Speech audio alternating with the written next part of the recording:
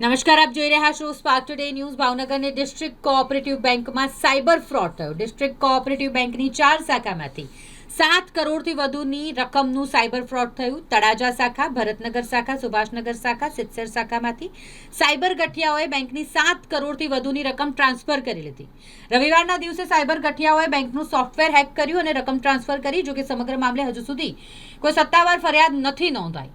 બેંકના મેનેજર બપોર બાદ ફરિયાદ નોંધાવશે તેવી માહિતી છે। એમાં એવું છે, રવિવારના દિવસે રજા હોવાથી અને મોબાઈલ એપ્લિકેશનથી આ રકમ સોફ્ટવેરના ડેટા હેક કરીને કોઈ અજાણ્યા શખ્સોએ આ કૃત્ય આચર્યું છે।